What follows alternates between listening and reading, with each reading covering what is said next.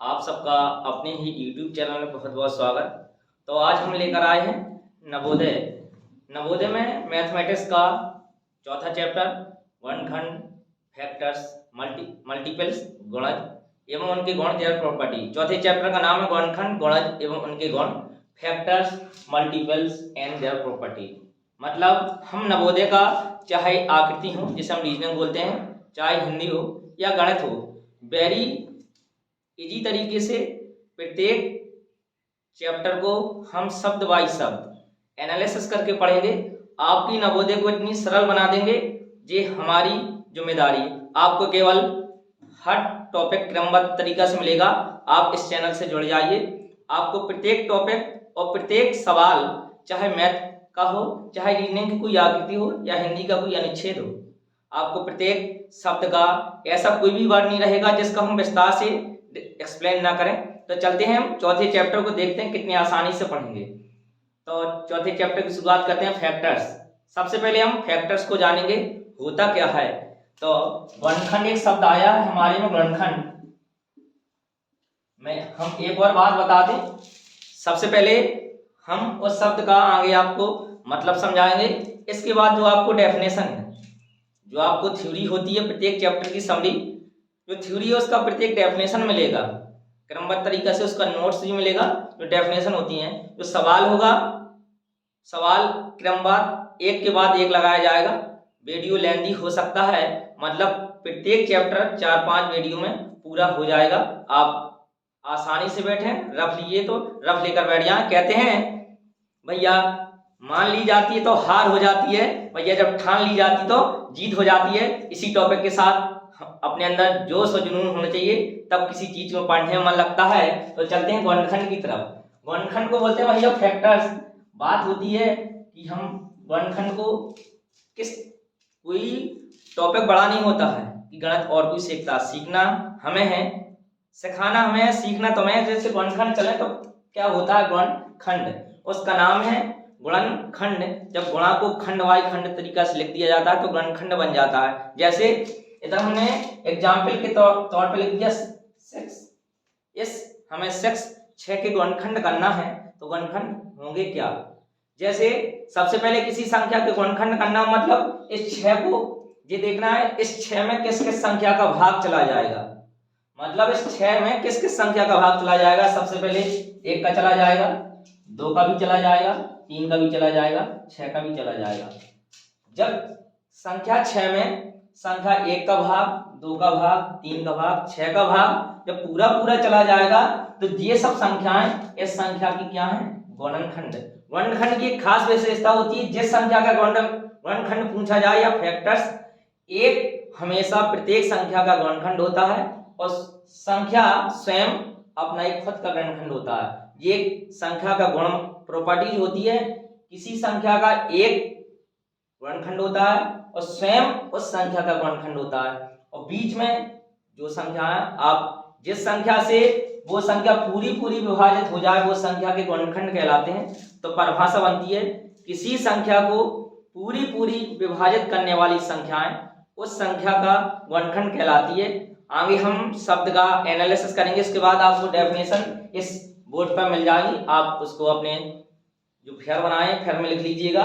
इसके बाद हेडिंग आती है ओवेनेस्ट गुणनखंड। क्या आती है, ओवेनेस्ट गुणनखंड, जिसे बोलते हैं कॉमन फैक्टर।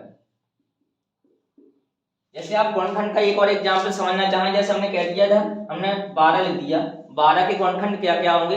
सबसे पहले तो 1 होगा और एक 12 होगा। एक किसी संख्या का गुणनखंड होता ही है और स्वयं उस संख्या का एक गुणनखंड होती है 12। 2 का भी 12 में चला जाएगा, 3 का भी चला जाएगा, 4 का भी चला जाएगा, 12। आप समझ गए कि 12 हमने जो संख्या लिख दी, इस संख्या में किस किस संख्या का भाग जा रहा है, जिस जिस संख्या का भाग जा रहा है वो 12 के क्या है, गुणनखंड है। आप बिल्कुल गुणनखंड को आशा करता हूं गुणनखंड को समझ गए होंगे। अब चलते हैं ओवेनेस्ट गुणनखंड की ओर।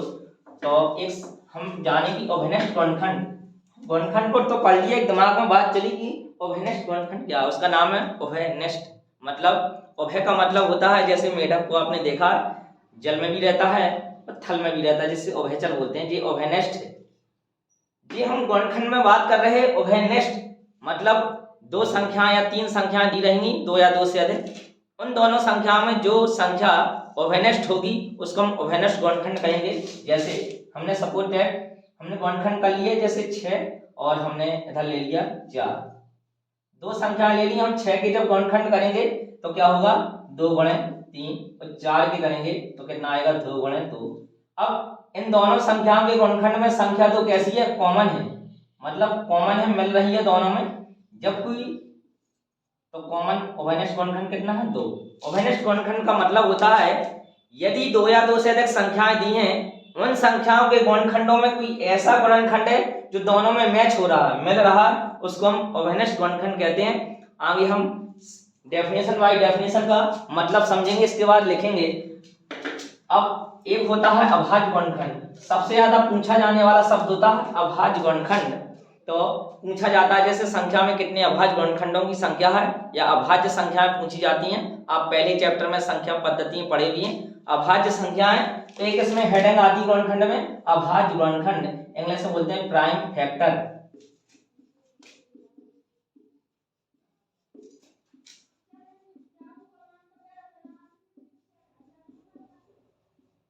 इंग्लिश में बोलते हैं प्राइम फैक्टर, मतलब ओवेनेस्ट गुणनखंड हमने पहले चैप्टर पढ़ा था। एक बार मैं आपको रिवीजन करा देता हूं अभाज्य संख्याओं का। तो आपने अभाज्य संख्याएं पढ़ी थी, बहुत अच्छी तरीके से आप समझ भी गए थे। तो अभाज्य संख्याएं इंग्लिश में बोलते हैं प्राइम नंबर्स। प्राइम नंबर्स का मतलब इसी का हमने दूसरा नाम बताया था रूट संख्याएं। कौन सी संख्याएं, रूट संख्याएं। रूट संख्याओं का मतलब होता है ऐसी संख्याएं जिसमें स्वयं और एक के अतिरिक्त किसी अन्य संख्या का भाग न जाए, वो सभी क्या कहलाती हैं, अभाज्य संख्याएं। यही बताया था 1 से 100 तक 25 अभाज्य संख्याएं होती हैं और 1 से 50 तक में 15 अभाज्य संख्याएं। जब आपका नवोदय का पेपर आता तो सीधे पूछ दिया जाता है कि 1 से 100 तक कितनी अभाज्य संख्याएं होती हैं, तो आप कितनी लगाओगे, 25। आप कहीं उधर पेपर में 1 से 100 तक संख्याएं नहीं लिखोगे कि आप 1 से 100 तक संख्याएं लिख दी और आप फिर गिनते रहो। तो सबसे अच्छा याद कर लिया जाता है 1 से 100 तक अभाज्य संख्या 25 होती हैं, 1 से 50 तक में 15 होती हैं। अगर आपसे 51 से 100 तक पूछ ली जाए, 100 तक तो वो घटा लो भैया, 25 में 15 जाएगा तो 10 बचेंगे।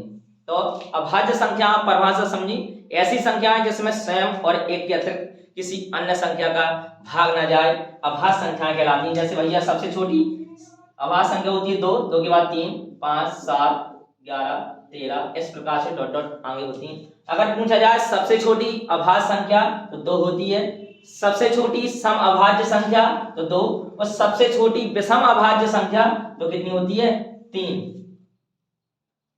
आप एक बात ध्यान दें, सबसे छोटी अभाज्य संख्या 2, सबसे छोटी सम अभाज्य संख्या 2, सबसे छोटी विषम अभाज्य संख्या 3। हम इसलिए अवगत करा दिया कि हम अभाज्य गुणनखंड पढ़ रहे हैं। जब हम गुणनखंड पढ़ेंगे तो संख्याएं दी रहेंगी, उनको हम अभाज्य गुणनखंड करेंगे। इसलिए ये अभाज्य संख्याएं काम की हैं। आपको जब भाज्य अभाज्य पता नहीं होगा तो आप अभाज्य गुणनखंड कैसे कर पाओगे। तो मैंने आपको अवगत करा दिया अभाज्य संख्याओं से। यदि हम किसी संख्या जैसे 6 के जब हम गुणनखंड करें, यदि किसी संख्या के गुणनखंड अभाज्य होते हैं तो वो अभाज्य गुणनखंड कहलाते हैं। जैसे 6 के गुणनखंड किए 2 गुणे 3, अगर हम 2 का गुणा 3 में करेंगे तो 6 आएगा, तो 2 3 6, 2 भी अभाज्य 3 भी अभाज्य। यदि किसी संख्या के गुणनखंड अभाज्य हैं तो अभाज्य गुणनखंड कहलाते हैं। जैसे हम गुणनखंड करते हैं, जैसे हम सबसे पहले ऐसे 6, सबसे पहले इसमें सबसे छोटी अभाज्य संख्या का भाग दिया जाता है 2 का, भाग देंगे तो 3 6 लिख दिया, भाग कर लिख दिया जाता है। इसके बाद फिर पुनः 2 का भाग चेक करेंगे, शायद 2 का भाग तो नहीं जा रहा 2 का भाग, तो अगली अभाज्य संख्या 3 होती है, हम 3 का भाग देंगे। 3 का भाग पूरा जब तक भाग इधर 1 ना आ जाए, जब तक हमें गुणनखंड किए जाते हैं। इस प्रकार से हम गुणनखंड निकाल लेते हैं। 6 के गुणनखंड 2 गुणे 3 लिख दिया।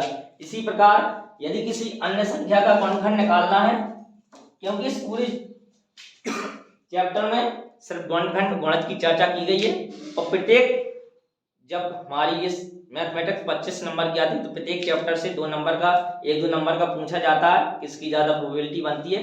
तो आपका उद्देश्य प्रत्येक चैप्टर में होना चाहिए सीखना, हम कैसे सीखें। तो सबसे पहले जैसे हम 24 के गुणनखंड करने हैं तो क्या किया जाता है, सबसे पहले सबसे छोटी अभाज्य संख्या का भाग दीजिए आप, 2 का भाग 24 में देंगे 12 आएगा। फिर आप चेक कर लीजिए 2 का भाग पुनः तो नहीं जा रहा, आपने 2 का भाग दिया इधर 6 आएगा, फिर आपने 2 का दिया 3, फिर 2 का देंगे जा रहा कि जब नहीं जाएगा तो अगली अभाज्य संख्या का भाग दिया जाता है, 3 का देंगे, 3 का 3 पूरा पूरा, तो हमारे 24 के गुणनखंड अभाज्य गुणनखंड आ जाते हैं 2 गुणे 2 गुणे 2 गुणे 3, ये अभाज्य गुणनखंड। मतलब हमें सबसे पहले तो अभाज्य गुणनखंड का एक रूप पता होना चाहिए, किस प्रकार से विधि निकाली जाती है अभाज्य गुणनखंड की। जैसे मान लो कोई बड़ी संख्या लिख के आ जाती है, ऐसे इधर हमने लिख दिया 420। अब 420 की गुणनखंड करना है, हम केवल हमारा उद्देश्य है आप सीख जाएं, इसलिए चाहे वीडियो लेंदी हो जाए लेकिन आप उस शब्द का अर्थ समझ गए, सब कुछ हो गया। आप जैसे 4 से 20 का गुणनखंड कर रहे तो सबसे पहले सबसे छोटी अभाज्य संख्या का भाग दीजिए, 2 का भाग देंगे तो कितना आ जाएगा 120। आप भाग अलग से भी ऐसे दे सकते हैं, 2 का भाग 420 में तो कितना आ जाएगा, सॉरी इधर 210 आएगा। अब भाग देंगे तो 4 2 1 0 210 आ जाएगा। इसके बाद आप पुनः 2 का भाग देंगे तो कितना आ जाएगा 105। अब 2 का भाग देंगे, चेक करेंगे जा रहा कि नहीं जा रहा, जब नहीं जा रहा तो अगली संख्या का भाग दिया जाता है 3 का, हमने 3 का दे दिया, भाग जा रहा 35 105। फिर चेक करेंगे 3 का तो नहीं जा रहा, जब 3 का नहीं जा रहा तो 3 के बाद अभाज्य संख्या होती 5 का देंगे तो 7 35 चला जाएगा। फिर चेक करेंगे 5 का तो नहीं जा रहा, 5 के बाद अभाज्य संख्या होती है 7 का देंगे तो 7 एकम 7 होता है। तो हमारे 420 के गुणनखंड आ गए 2 गुणे 2 गुणे 3 गुणे 5 गुणे 7, जिसके अभाज्य गुणनखंड का प्रारूप आपने अभाज्य गुणनखंड समझा। इसके बाद आप समझेंगे गुणज। गुणज होता क्या है, आपने अभी गुणनखंड के बारे में जाना, आपको प्रत्येक डेफिनेशन आपको चैनल के माध्यम से आपको उपलब्ध कराए जाएंगे, आप अपना विधिवत नोट्स भी बनाइए। तो गुणज मल्टीपल, एक जो गुणनखंड कभी कभी पेपर में आपको भ्रम करने के लिए इस गुणनखंड का दूसरा नाम दे देता है, आप भ्रमित ना हो, उसको कहा जाता है अपवर्तक। अगर पूछ दिए कि 24 के गुणनखंड तो आप बताओगे 2 गुणे 2 गुणे 2 गुणे 3। अगर पूछ दिया है 24 के अपवर्तक, बात वही है, इसको इंग्लिश बोला जाता है दोनों को फैक्टर्स। मतलब गुणनखंड लिख के आ जाए चाहे अपवर्तक लिख के आ जाए, बात एक ही है। तो आप अपवर्तक और गुणनखंड एक ही शब्द है, पेपर में आप भ्रमित ना हो यदि अपवर्तक लिख के आ जाए। इसके बाद अगली हेडिंग चलेंगे गुणज।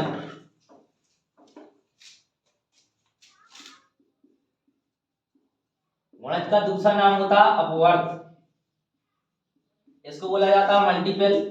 जैसा जिसका नाम है वैसा काम है, हर शब्द के में उसका अर्थ छिपा रहता है।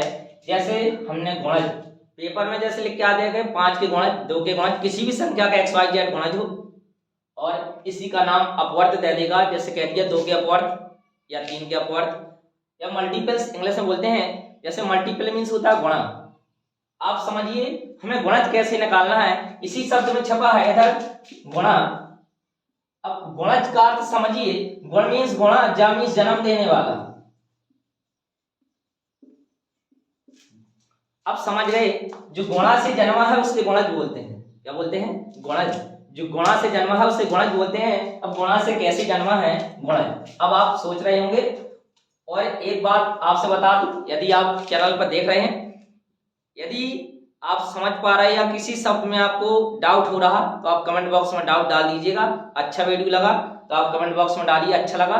यदि कहीं शब्द में आपको प्रॉब्लम है, डाउट है, तो आप निश्चित हम जो अगला वीडियो होगा उसमें आपको डाउट को क्लियर करेंगे। चलते हैं इस गुणज की तरफ। बताया गुण मीन्स गुणा, जा मीन्स जन्म देने वाला। जो गुणा से जन्म हुआ उसको गुणज बोलते हैं। कैसे?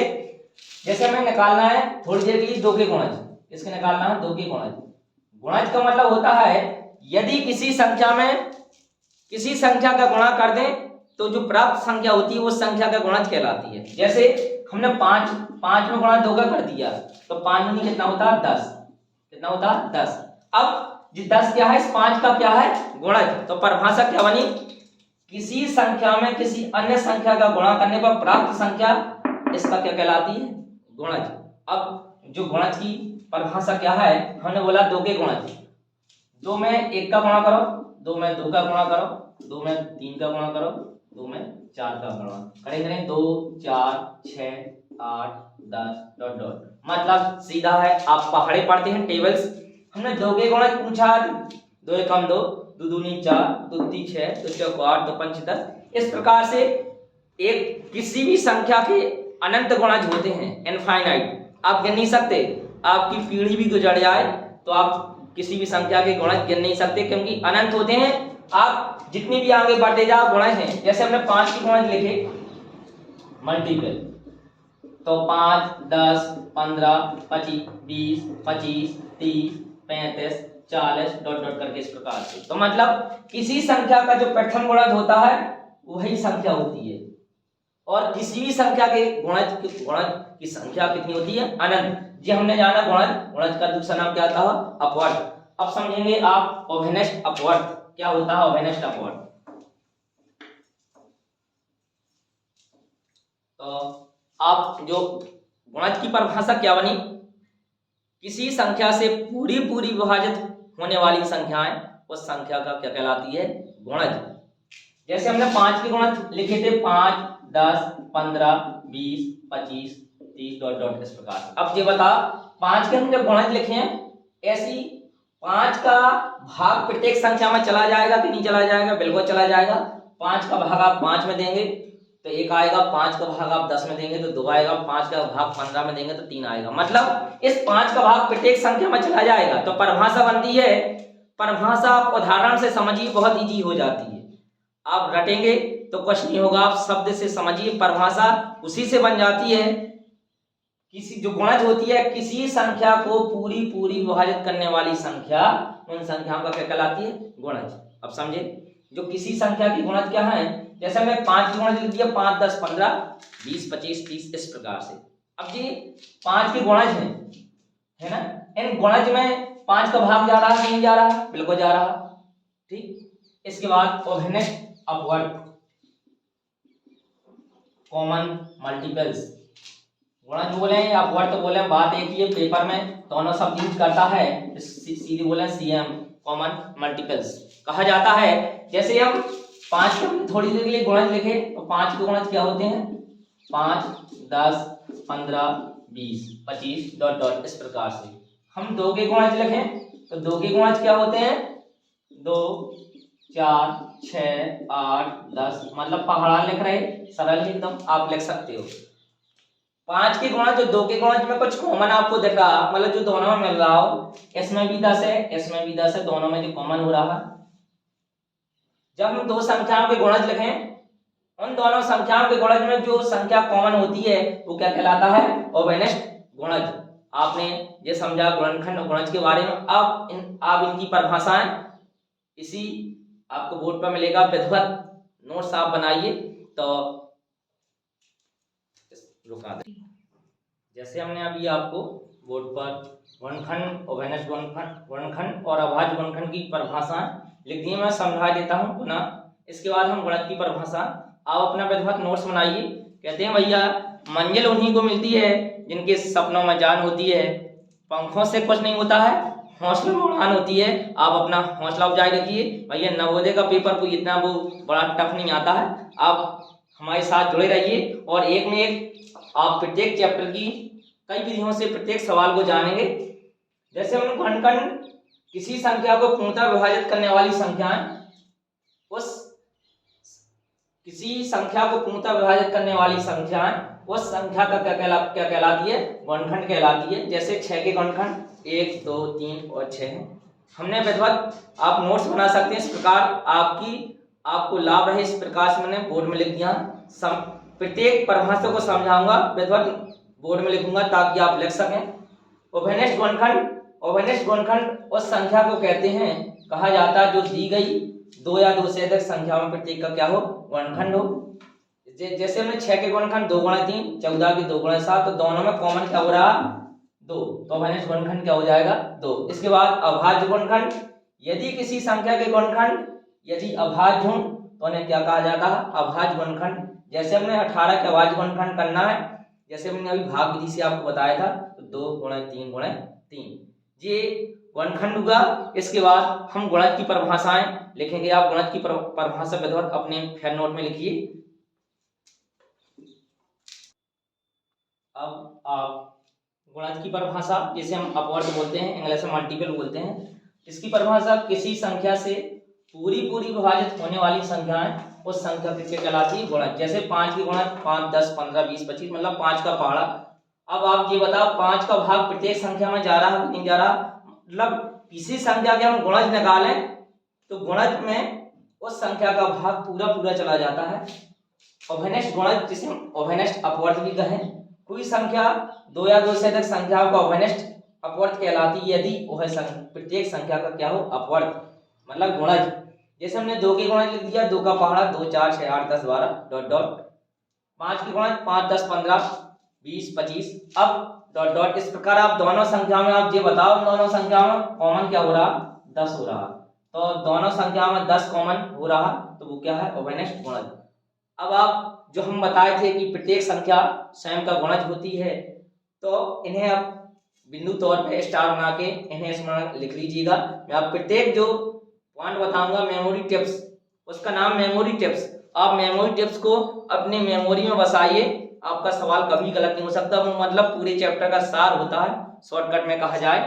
हम आपको बोर्ड पर लिख दे रहे, आप अपने फेयर नोट में लिख लीजिएगा।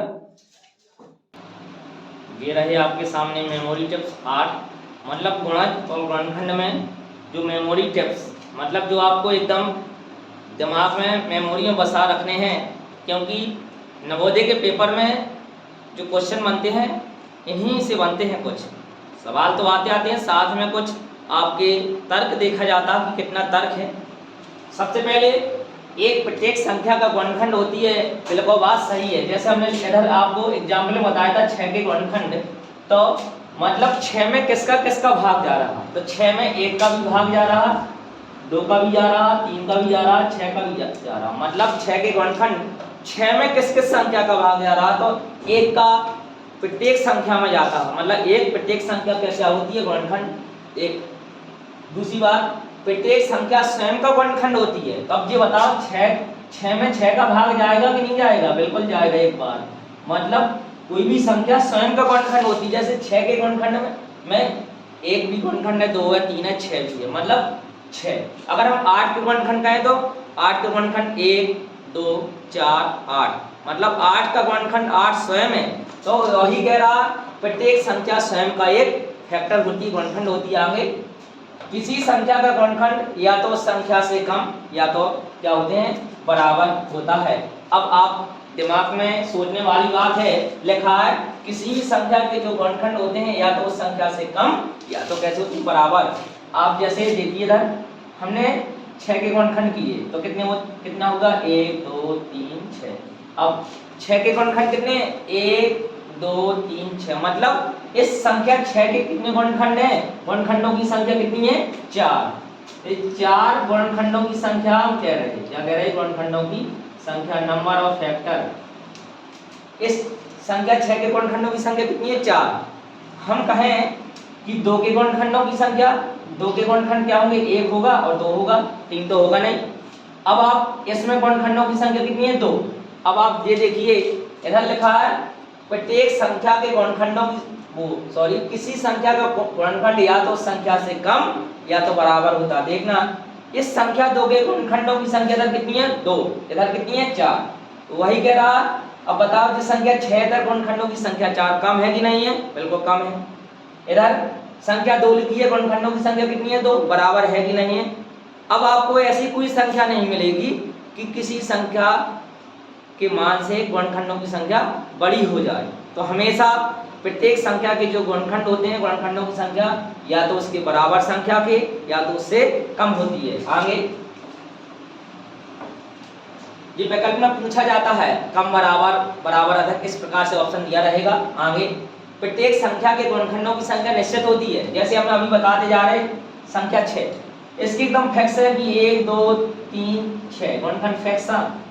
मतलब प्रत्येक संख्या के गुणनखंडों की संख्या फिक्स है। अब इसका जी ना कहता ना इसमें 4 का भाग जा रहा है, इसमें 7 का जा रहा है, नहीं, एकदम फिक्स है कि संख्या 6 के गुणनखंड 1, 2, 3, 6 हैं। इस प्रकार से ये था। आगे जो किसी संख्या का गुणज उस संख्या और प्राकृतिक संख्या का क्या होता है गुणनफल। जैसे हमने 5 के गुणज बताए थे, 5 के गुणज का मतलब संख्या 5 लिख दी और प्राकृतिक संख्या 1 का गुणा करा दिया तो 5, 5 और प्राकृतिक संख्या 2 का गुणा करा दिया तो 10। वही कह रहा किसी संख्या का गुणज उस संख्या और प्राकृतिक संख्या का गुणनफल होती है। 5 और 1 का गुणनफल 5, 5 2 का गुणनफल 10, 5 3 का गुणनफल 15। मतलब प्राकृतिक संख्या आप पहले चैप्टर में आप जाने हैं कि प्राकृतिक संख्या, पूर्ण संख्या, पूर्णांक संख्या, परमेय संख्या, रियल नंबर, इमेजिनरी नंबर सब डिटेल से बताई हैं। आप देखिए वीडियो। इसके बाद आगे प्रत्येक संख्या स्वयं का गुणज होती है। अभी हम एक ही एग्जाम्पल आपको बता रहे हैं 5 के गुणज, मतलब 5 का पारा 5 10 15 20 25 डॉट। अब आप इधर यही तो लिखा प्रत्येक संख्या स्वयं का गुणज है। 5 के गुणज पूछे तो 5 ही से शुरुआत है, मतलब प्रत्येक संख्या स्वयं का क्या होती है गुणज। जिस प्रकार से प्रत्येक संख्या स्वयं का गुणनखंड होती है उसी प्रकार प्रत्येक संख्या स्वयं का गुणज होती है। आगे किसी संख्या का गुणज उसके बराबर या उससे कैसा होता बड़ा। 5 के गुणज निकाल रहे 5 10, 5 5 के बराबर है और बाकी संख्या 5 से कैसी है बड़ी। तो वही कह रहा किसी संख्या का गुणज या तो उसके बराबर है 5 5 के बराबर है और बाकी संख्या 5 से बड़ी है। तो प्रत्येक संख्या का गुणज उसके बराबर या उससे बड़ा होता है। आगे लास्ट पॉइंट, किसी प्राकृतिक संख्या के जो गुणज की संख्या होती है उनकी गिनती करना संभव नहीं है। अभी बताया था अनंत होती हैं, कई पीढ़ियां गुजर जाएंगी, हम गुणज की संख्या नहीं गिन पाएंगे। जैसे 5 के गुणज है 5 10 15 20 25, जहाँ तक तुम्हें 5 5 जोड़ते बने आप जोड़ते जाइए, मतलब गुणज की संख्या। कल आप जो वीडियो देखेंगे एकदम लाइव वीडियो, उसका टाइम आपको कम्युनिटी टैब है यूट्यूब उस पर मिल जाएगा, जो व्हाट्सएप ग्रुप बना है उस पर भी मिल जाएगा। एकदम वीडियो लाइव चलेगा। जो हम सवाल जब सबसे पहले विगत वर्ष में पूछे गए प्रश्न उसमें बताए जाएंगे क्रमबद्ध तरीका से, और अभ्यास प्रश्नावली प्रयास कीजिए। सवाल एक एक कराया जाएगा, चाहे वो सरल हो या कठिन हो। कठिन को सरल बना देंगे, सरल तो पहले से सरल है। एकदम लाइव मिलेगा, आपका टाइम फिक्स रहेगा। मतलब प्रत्येक चैप्टर को कोशिश करेंगे 2-3 दिन के अंदर समाप्त हो जाए, इस प्रकार आपका रिवीजन भी चल जाए। नमस्कार, चलो दोस्तों, धन्यवाद।